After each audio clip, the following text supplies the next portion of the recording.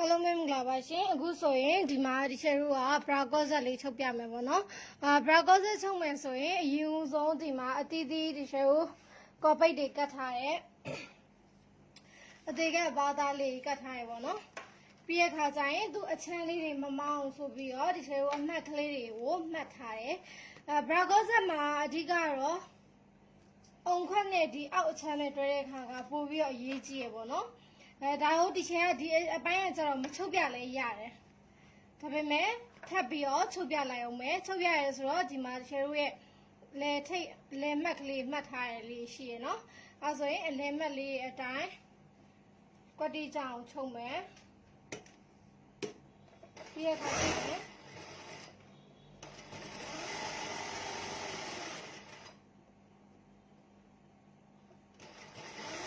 လိုမျိုးလေးချုပ်ပြီးတဲ့အခါမှာဒီချက်ကိုမီးဘူးလေးတွေတိုက်ထားပြီးနော်ဒီဟာနှစ်ချမ်းခွဲပြီးတော့ wedding concept တွေတုန်းကလိုမျိုးပဲမီးဘူးလေးတွေကိုဒီအုံခွက်နေရာလေးတွေမှာတိုက်ထားပြီးမယ်နော်အဲ့ဒီလိုပဲဒီချက်ကိုဂျန်တဲ့အချမ်း၄ချမ်းစလုံးကိုလည်းအဲ့ဒီလိုမျိုးပဲတွဲမယ်သူ့အချမ်းလေးတွေမမားစိနေနော်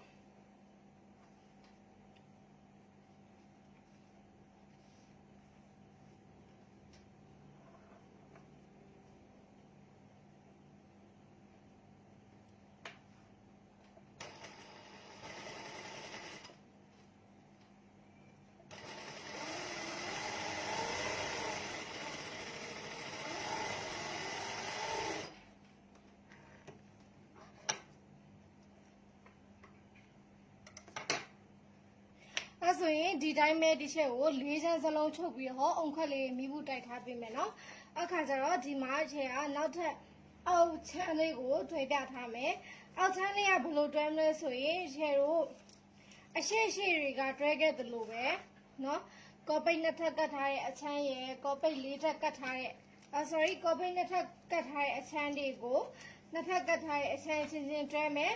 ၄ထပ်ကတ်ထားတဲ့အချမ်းဆိုရင်၄ထပ်ကတ်ထားတဲ့အချင်းချင်းကိုဒီချိန်ကိုတွဲပေးမယ်နော်ဒါလည်းနှစ်ထပ်ကတ်ထားတဲ့အချမ်းဒီမှာလည်းဒီချိန်ကိုနှစ်ထပ်ကတ်ထားတဲ့အချမ်းဆိုတော့အဲ့အချင်းချင်းကိုဒီမှာသူ့ရဲ့ခြံသားရဲ့ချုပ်စာ1 cm ဆို1 cm 1.5 ဆို1.5နော်တွဲလိုက်မယ်ပြီးရခါကျရင်ဘာချုပ်မလဲဆိုရင်ဒီချိန်ကိုဒီအကြောင်းလေးကိုပြန်ခွဲမယ်ဟိုဘက်ကိုနောက် point ကော်ကြောင်းထည့်ဖို့အတွက်ဟိုဘက်ကို 0.8 ဒီဘက်ကို 0.8 နဲ့ဒီချိန်ကိုရှိသမျှအချမ်းတွေအကုန်လုံးကိုနော်အဲ့လိုမျိုးလေးပဲ 0.8 ချမ်းပြီးတော့ချုပ်ပြရမယ်နော်ပုံခက်တဲ့မီးဘူးတိုက်တဲ့အခါမှာစိတ်ရှိရှိနဲ့တိုက်ပြီးပါပိတ်စအသားထက်နေတာတို့ခောက်နေတာတို့မဖြစ်ရဘူးတိုက်ပြီးနော်မီးဘူးတိုက်တာတော့မတိုက်ပြတော့ဘူးအရှင်းမှလည်းပုံခွဲတိုက်တာနဲ့ပတ်သက်ပြီးပြီးခဲ့ရ3တဲ့ဖြစ်နေပြီဆိုတဲ့အခါကျတော့လေ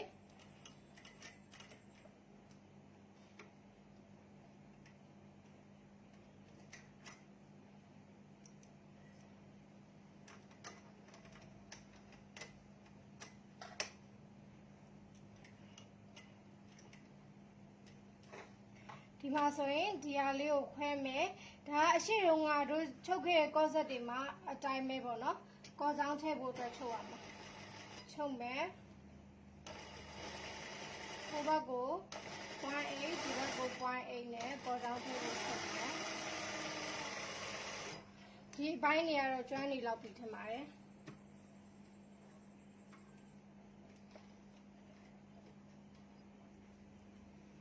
အဲ့လိုပဲဒီဘက်မှာလည်းဟိုဘက် 0.8 ဒီဘက် 0.8 ချုပ်ပေးမယ်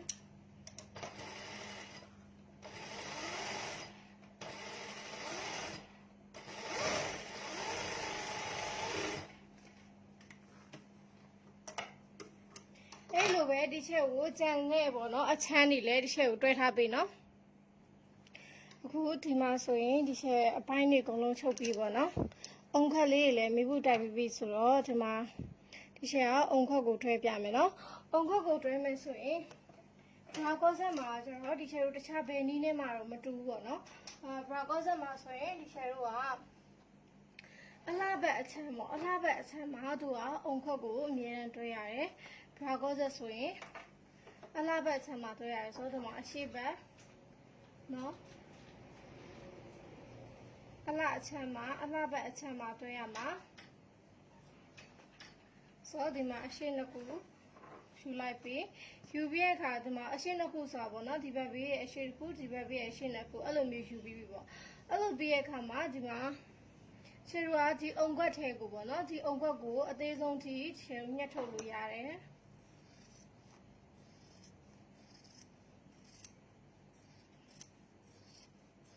ညင်လေးတော့ညက်နော်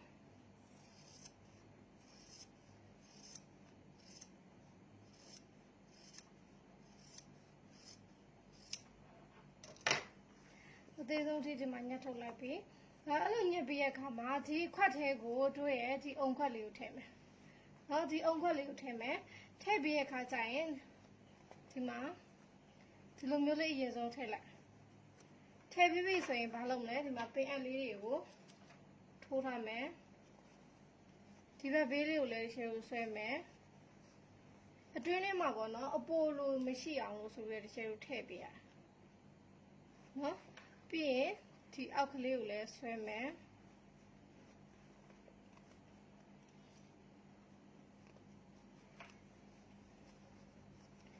ကျန်တဲ့နေရာတွေအကုန်လုံးကိုတင်းရင်းနေအောင်လို့လေအဲ့ဒါမလို့ဘရာကော့ဇက်လေးတွေမှာတင်းတင်းရင်းနဲ့အလုံးလေးရှင်းအောင်နေရာလေးတွေဖြစ်နေရနော်ဆွဲပြီးပြီဆိုရင်ဒီဘက်ဘေးကိုထပ်ဆွဲမယ်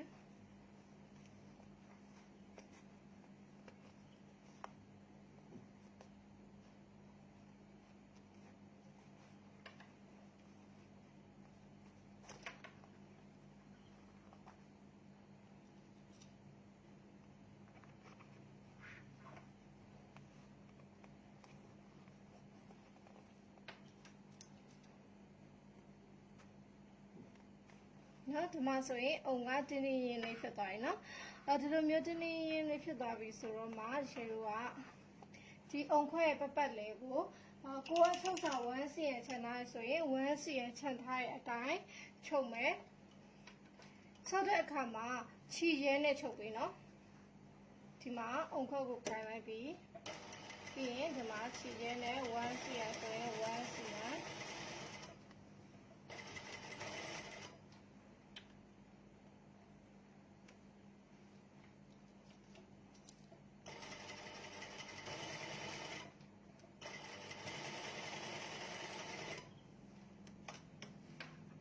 ဒီမှာနော်ဒါဆိုရင်ဒါအုံခွက်ကလေးကိုဒီမှာထုတ်ပြီးသွားပြီနော်ဒီလိုလေးဖြစ်သွားပြီအဲဆိုရင်ပင်အပ်တွေပြန်ဖြုတ်မယ်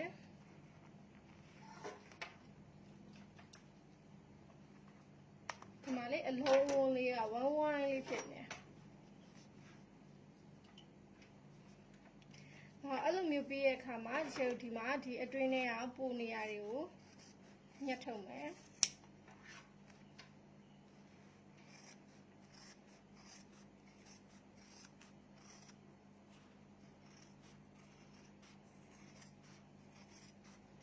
ဒီမှာနော်ညှက်ထုတ်လိုက်ပြီပြီးရင်နောက်တစ်ချမ်းကိုလည်းချက်ထည့်ပြမယ်တစ်ချမ်းနဲ့နားမလည်မှာဆိုလို့နော်ဒီမှာဒီဟာကိုအသေးဆုံးညှက်မယ်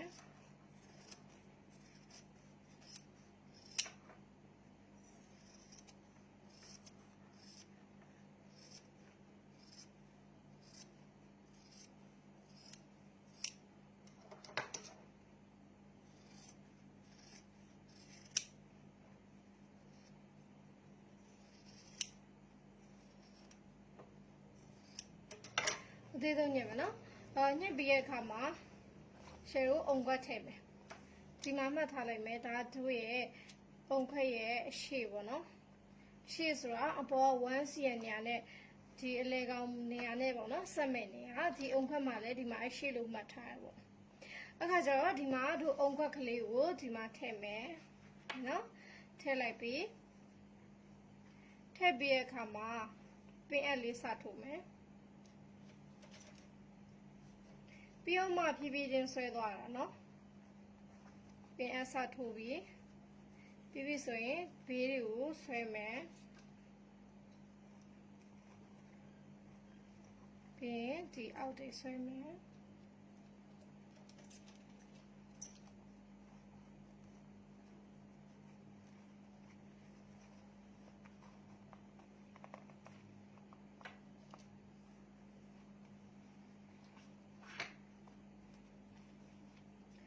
ရင်ဒီဘေးတွေကိုထပ်ဆက်မယ်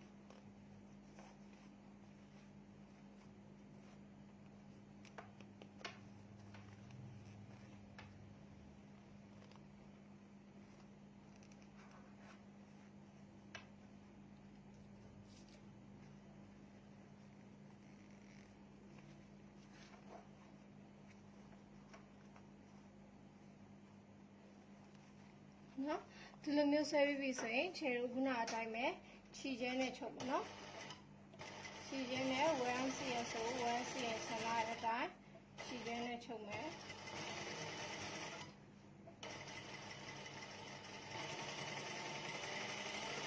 အုံခွက်ကိုပေါ့နော်အပီး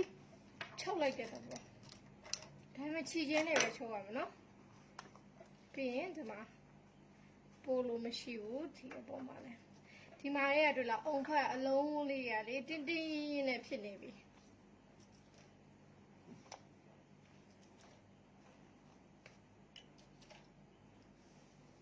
ခြေကျဲနဲ့ချုပ်မယ်ပြီးရင်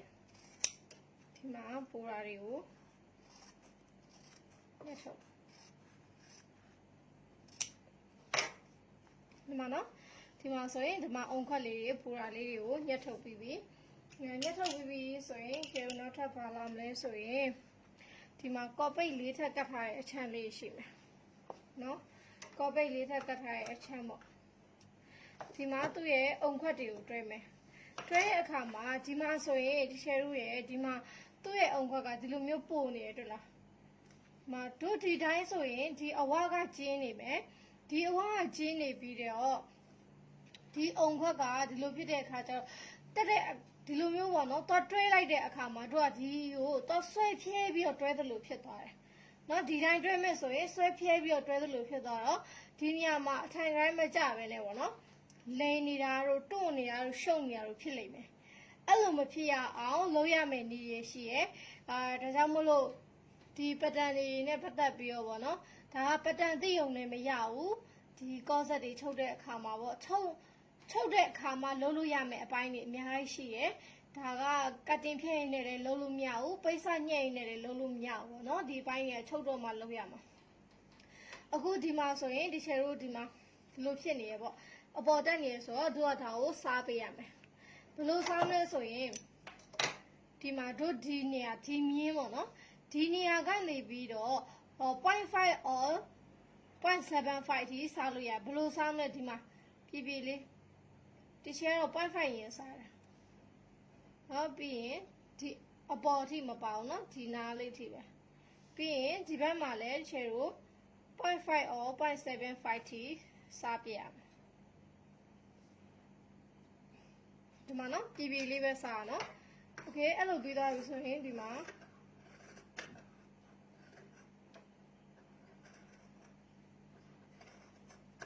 ပြီးရင်ဒီအမှတ်လေးနဲ့ရှယ်လာဆက်အဲ့လိုပဲဒီဘက်မှာလည်းအဲ့လိုပဲစားပြီးတော့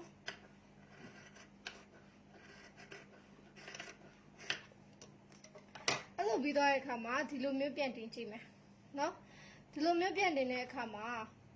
ဒီမှာတို့ချုပ်စာပေါ့ဒီမှာ 1cm ဆို 1cm ပေါ့နော်ဒီလိုတင်လိုက်တဲ့အခါမှာဒီမှာကြည့်မယ်ထိုင် grind ကြပြီလားတို့ရဲ့ကော့ဆက်ကလိန်နေဦးမလားဆိုတာသိရင်ဒီမှာသူ့ရဲ့ချုပ်စာချန်သားရဲ့အတိုင်းလေးပဲချန်မယ်သူ့ရဲ့အလဲမှတ်ကလေးကို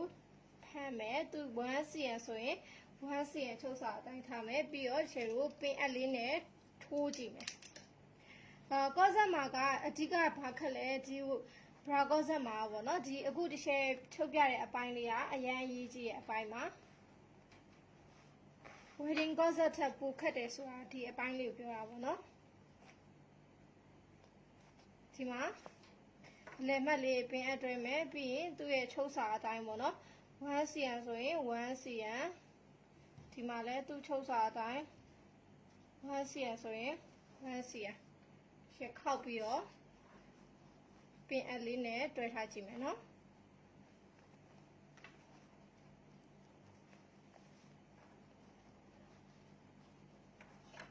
အဆင်ပြေလားမပြေလားဆိုတာဒီမှာသိရလိမ့်မယ်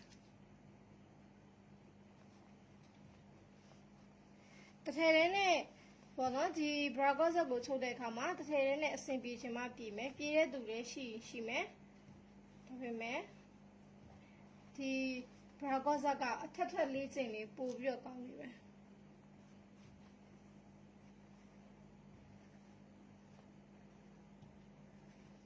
ဒီမှာ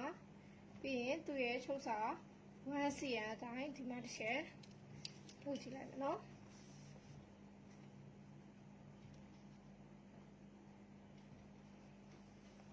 ဒီမှာဒီလိုလုံးကြည့်တဲ့အခါမှာတို့ဘယ်နားကြီးလဲဆိုရင်ဒီနေရာလေးမှာနည်းနည်းလေးထောင်နေသေးရဲ့ကွာဒီနေရာမှာအသားလေးနည်းနည်းထောင်နေရဲ့ဒီနားလေးမှာနည်းနည်းလေးထောင်နေသေးရဲ့အဲ့ဆိုဒီရှယ်အိုင်နားလေးကိုနည်းနည်းလေးထပ်ပြီးတော့ထောင်နေတဲ့နေရာလေးကိုဒီနားလေးပေါ့နော်ဒီနားလေးတွေမှာပြပြမရှိသေးဘူးပဲနဲ့ဒီနေရာလေးဆိုနည်းနည်းလေးထောင်နေသေးရဲ့ကွာဒီမှာကြည့်လိုက်ဒီဘေးကနေကြည့်ရင်ဒီလိုအောက်ချပြီးကြည့်ရင်ပို့ပြီးတော့တိပါတယ်ဒီဘေးဒီနေရာကြီးထောင်နေသေးတယ်။နော်အဲ့လိုမျိုးထောင်နေရတယ်ဒီလိုမျိုးအထိုင်တိုင်းဒီလိုမျိုးမကြပဲနဲ့ဒီနားလေးဖောင်းနေသေးရပေါ့နော်။အဲ့လေးမဖြစ်ရအောင်အဲ့လိုဖောင်းနေသေးရဆိုရင်ရှယ်တို့ကထပ်ပြီးတော့စားပေးရမယ်။ရှယ်ကော့ဆက်ဒီမှာဒီဘယ်တော့မှဒီအလံရဲ့မီးမှာစက်ကြောင်မပေါက်ဘူး။ဒီကော့ဆက်ရဲ့ဒီအောက်မှာစက်ကြောင်မပေါက်ဘူး။ပေါက်စရာလည်းမလိုတကယ်ကော့ဆက်ကပြည့်ပြည့်နေပြီဆိုရင်အဲ့နေရာမှာပေါက်စရာမလိုတော့အဲ့ဆိုရင်ဒုက္ခနာဒီနားလေးထောင်းလဲဆိုဒီနားလေးကိုနည်းနည်းလေးစားမယ်နော်ဒီမှာ 0.25 လောက်ထပ်စားရနော်ပြီးရင်ဒီဘက်မှာလည်း 0.25 လောက်ထပ်စားတယ်ဒီဘေးလေးနည်းနည်းထောင်းနေလို့လေအဲ့နားလေးကအရေးကြီးရနော်0.25 လောက်မတိမတာလေးပဲထောင်းလာဆိုတော့လေဒ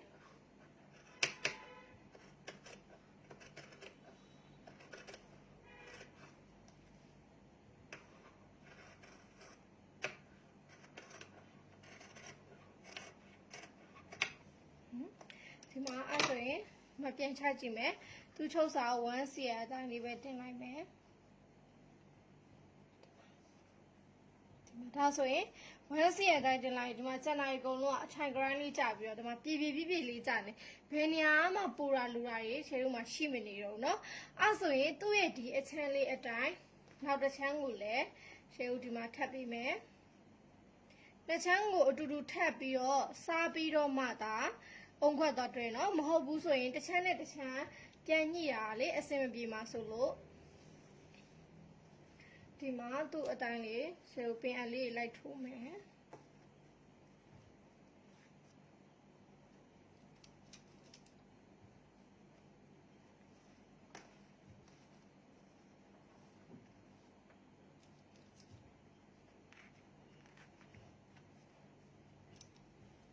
ပြီးရင်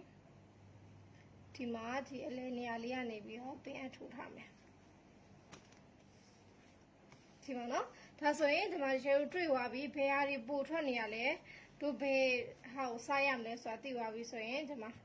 နှစ်ခုကိုထပ်ပြီးတော့ညှက်လို့လည်းရတယ်ဒီလိုမျိုးဘောပန်လေးနဲ့ဆွဲရဘောပန်နဲ့မဆွဲနဲ့နော်ဒီချက်ဒီမှာထင်းသာမြင်သာရှိအောင်လို့လုပ်ပြတာမလို့ပြီးရဲ့ခါကျတော့ဒီလိုမျိုးလေး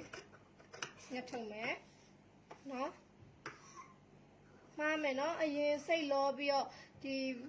စားပြီးတဲ့တစ်ချမ်းကိုအရင်တက်လိုက်မိတတ်တယ်အဲ့ခါကျလို့ရှိရင်နောက်တစ်ချမ်းပြန်လို့ရတဲ့အခါမှာခတ်သွားလိမ့်မယ်နော်ဒီပြောသလိုမျိုးတစ်စိမ့်ချင်းစီတာတက်အဆင်ပြေတယ်ဒါဆိုရင်ဒီမှာဒီ share ပြီးပြီပေါ့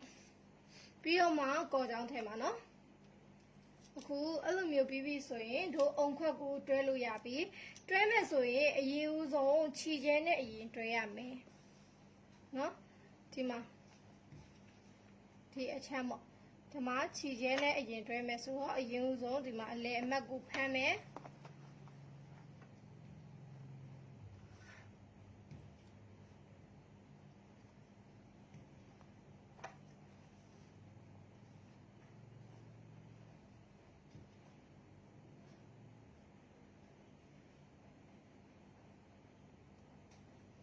လက်မတ်ကိုရင်ဖက်မယ်နော်ပြီးရခါကျရင်ဒီမှာ တက်ပြရပြီးရင်ကျန်တဲ့နေရာတွေမှာလည်းပင်အလေးထိုးမယ်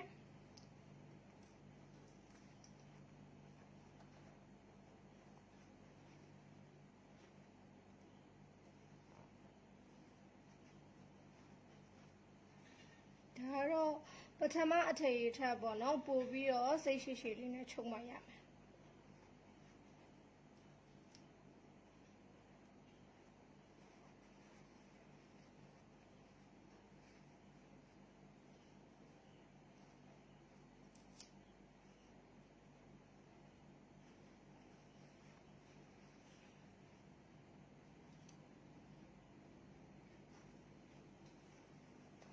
ဒီမှာနော်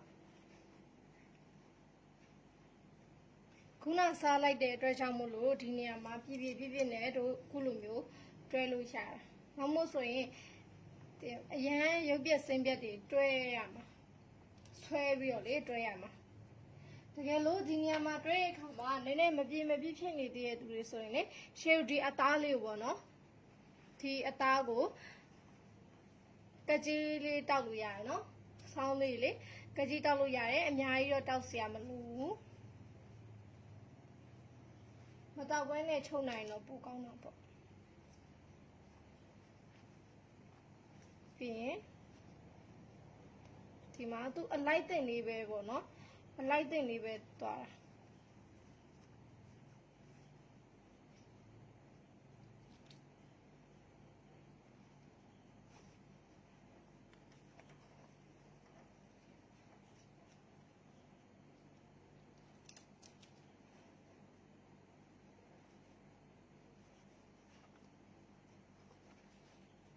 ဒီမှာနော်ကွက်တီကြတယ်အကုန်လုံးကွက်တီပဲအဲဆိုတော့ဒီမှာရှယ်တို့ခြီကျဲနဲ့1 cm ချုပ်စာဆိုရင်1 cm ချုပ်စာအတိုင်းအရင်တွဲထားမယ်ခြီကျဲနဲ့ပဲရင်တွဲရနော်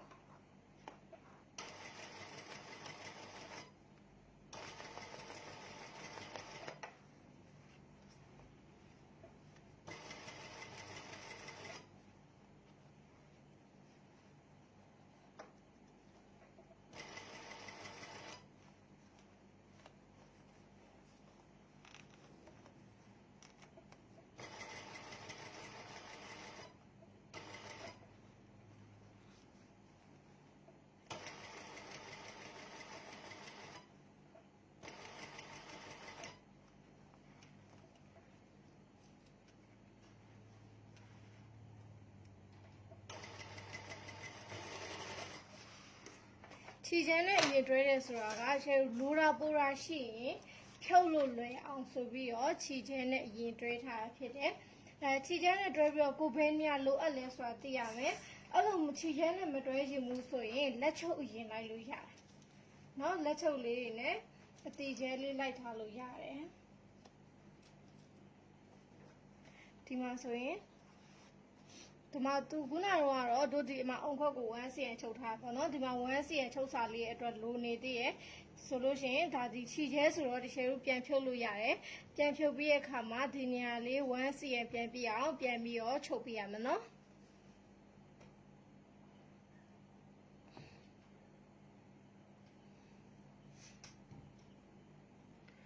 အခုဒီမှာဆိုရင်ရှယ်တို့အုံခွက်ပေါ့နော်အထန် grind ကြလေးဖြစ်သွားပြီဒီဗီဒီယိုမှာဒါမီးဘူးလေးနည်းနည်းတိုက်လိုက်လို့ရှိရင်ဒါအဆင်ပြေသွားပြီကွာဒီလိုမျိုးမောင်းနေရလည်းမရှိဘူးတွန့်ရှုံနေရလည်းမရှိဘူးပေါ့နော်ဒီမှာလုံးဝကွက်တီပြလေးပဲဖြစ်နေဒီမှာကွာလုံးဝဒီဘေးတွေရောလုံးဝအဆင်ပြေနေတယ်ဒီမှာထောင်နေရမျိုးတွေလည်းမရှိဘူးเนาะဒီမှာမီးဘူးလေးနည်းနည်းတိုက်လိုက်ပြီဆိုရင်ပို့ပြီးအဆင်ပြေသွားပြီအဲ့လိုမျိုးပဲရှယ်ကိုနောက်ထပ်ဒီအုံခွက်တွဲထားတဲ့အချမ်းကိုဒီရှယ်ကိုအဲ့လိုမျိုးပဲတွဲပြီးเนาะအခုဒီမှာဒီရှယ်နောက်တစ်ချမ်းကိုလည်းကွာကိုလုံးဆိုပြီးမဲပေါ့เนาะ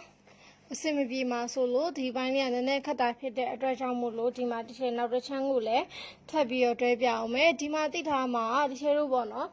ခြီကျဲနဲ့ချုပ်ပြီးလို့ဒီလိုအစိမ့်ပြေလေးဖြစ်သွားပြီဆိုလို့ရှိရင်ရှယ်ကိုခြီအစိမ့်နဲ့တစ်ချောင်းပြန်ပေါက်ပြီเนาะအခုဒီမှာနောက်တစ်ချောင်းထုတ်မယ်ဆိုရင်ခြီအကျဲချိန်ထားမယ်ပြီးရခါကျတော့သူ့ရဲ့အလဲမှတ်ကလေးကိုဖမ်းထားမယ်အရင်ဆုံးပေါ့เนาะဒီမှာအလဲမှတ်ကိုဖမ်းထားမယ် အုံခွက်တွဲရနဲ့ပတ်သက်ပြီးတော့နားမလည်ရရှင်ဒီချက်ကိုလာမေးလို့ရတယ်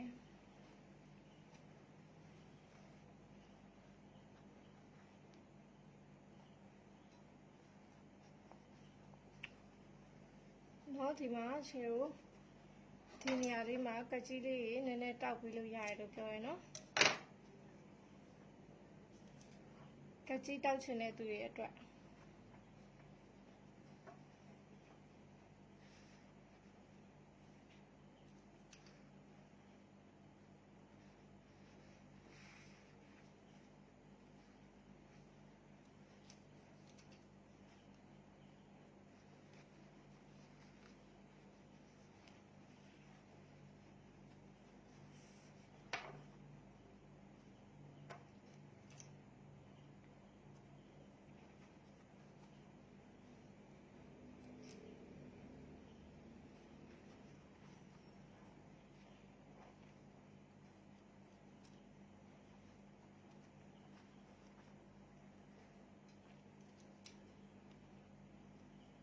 ဒီမှာနော်ဒီလိုတစ်ချမ်းတွဲပြီးဆိုရင်ရှင်တို့နောက်ထပ်တစ်ချမ်းကိုလည်းအဲ့လိုမျိုးလေးပဲတွဲမယ်ပေါ့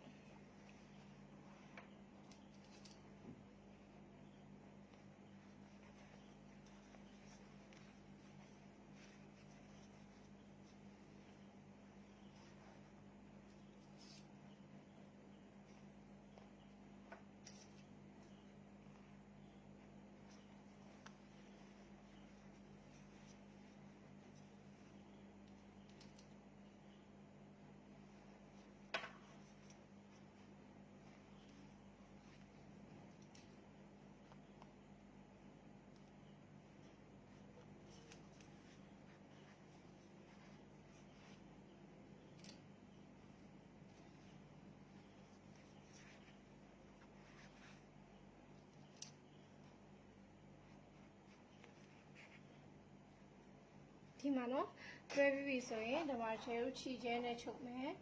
ဝမ်းစီရချုပ်စာချမ်းသာတဲ့အတိုင်းချုပ်မယ်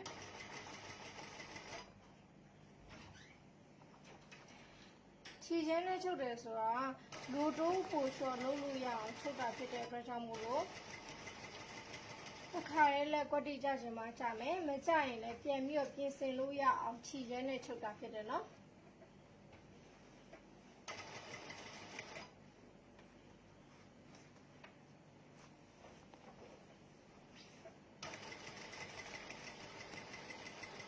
ပုံခွက်ကိုလေလက်နဲ့ဒီလိုမျိုးယူထားပြီးတော့လက်ကိုဒီလိုမျိုးလေးလှည့်ပြီးနော်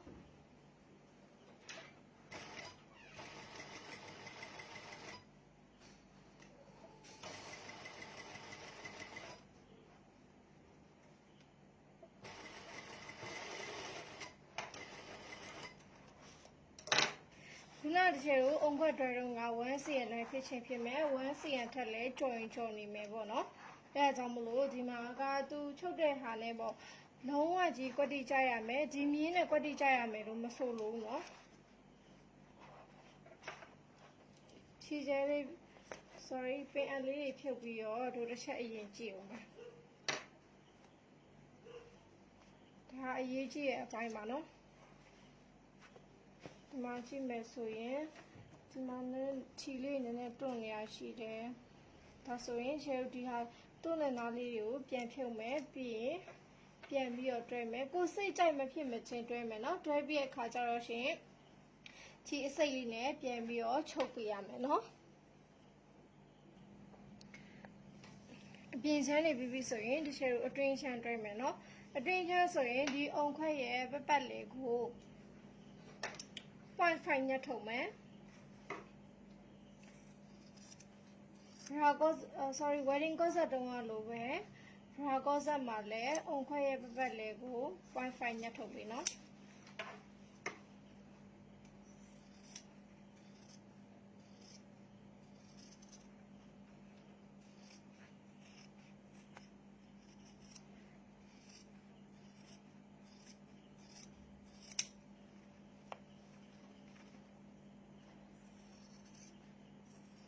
ချုပ်စာလေးညှအောင်ထားနော်ဒါဟာအသေးဆုံးညှက်ထုတ်တာမဟုတ်ချုပ်စာလေးနှစ်ခါညီသွားအောင်လုပ်တော့ဒီအတွင်းနဲ့ကတော့ညှက်ထုတ်လိုက်ရ လိုမျိုးဒီမှာညှက်ထုတ်ပြီးပြီဆိုရင်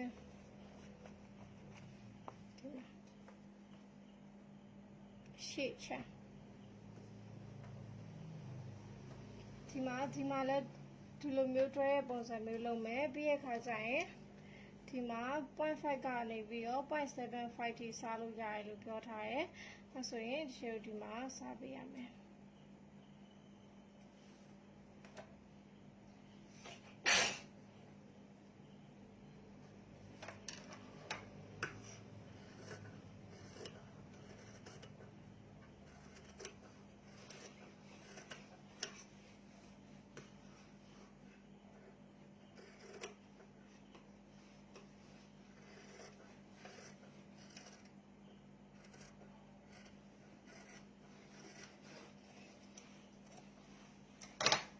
ပြီးရင် share ဒီလိုမျိုးထပ်ကြည့်နော်စင်ပြေပြီလားမပြေဘူးလားဆိုတာသိရမယ်ခုနကအုံခွက်တက်တဲ့ဟာလောက်တော့သူကအများကြီးစားပြစ်စရာမလိုဘူးဘာဖြစ်လို့လဲဆိုတော့သူကဒီမှာအုံခွက်လည်းမပါတော့တလို့ပတ်လည်း 0.5 လည်းညှက်ထုတ်လိုက်တာဖြစ်တဲ့အတွက်ကြောင့်မို့လို့လေဒီမှာဒီနားလေးအခုချလိုက်ပြီဆိုရင်ဒီနားလေးနည်းနည်းလေးဖောင်းနေသေးတယ်လို့ထင်တယ်စိတ်ထဲမှာပေါ့နော်ဒီမှာမပြေပြစ်သေးဘူးလို့ထင်တဲ့အခါကျတော့ဒီနားလေးကိုနည်းနည်းလေးထပ်စားမယ်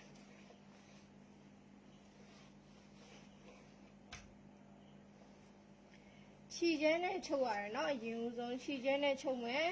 စင်မပြေရရှရင်ပြန်ဖြုတ်ရမယ်ဘယ်လို professional ပဲဖြစ်ဖြစ်ဒီဟာကတော့အဲ့လိုမျိုးပဲခြေကျန်းနဲ့ချုပ်ရမှာပဲချုပ်ပြီးတော့မှပြန်ပြီးတော့နှစ်ခါသုံးခါပြန်ပြီးလုပ်ရအောင်เนาะအရန်ကြီးလဲညစ်ပတ်သွားအောင်တော့မလုပ်နဲ့လို့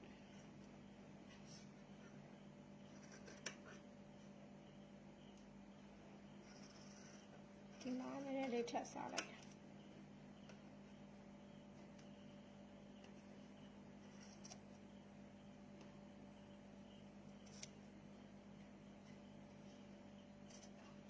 ုစားလိုက်တဲ့ပိုင်းပစ္စည်းလေးတွေဆိုပြီးတော့လဲအထင်မသေးနဲ့နော်အဲ့ပစ္စည်းလေးတွေကလည်းတကယ်အုံခွက်တွဲတဲ့အခါမှာအရင်အသုံးဝင်တယ် 0.25 လောက်ဆိုတာကလည်း CM နီးမှာအရင်တိကျတယ်ပြီးရင်ဒီနှစ်ခုကိုရှေ့ချမ်းလုံးကလိုမျိုးပဲထပ်လိုက်မယ်နော်မညီမှာဆိုလို့နော်မထက်ရင်လေမညီမှာဆိုလို့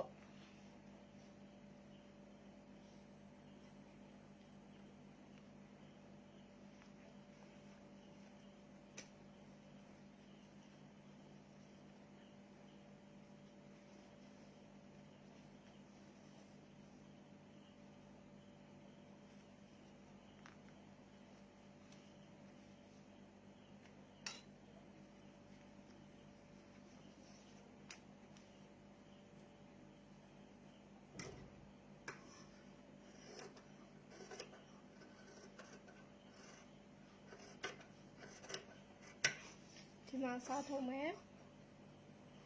ဒီလိုချုံနိုင်မို့ဆိုတာတစ်ထည်တည်းနဲ့တော့အဆင်မပြေဘူးเนาะဒီ bra corset ဆိုရင်ပိုဆိုတယ်အကျဉ်းအဖန်ဖန်အများကြီးချုပ်ဘူးထားမှအဆင်ပြေမယ်ဟိုရှယ်လို့ဆိုလဲဒီရင်ကန်ဆိုရင်ရင်ကန်နဲ့ပတ်သက်တာကိုလေပုံးနဲ့ရှိတယ်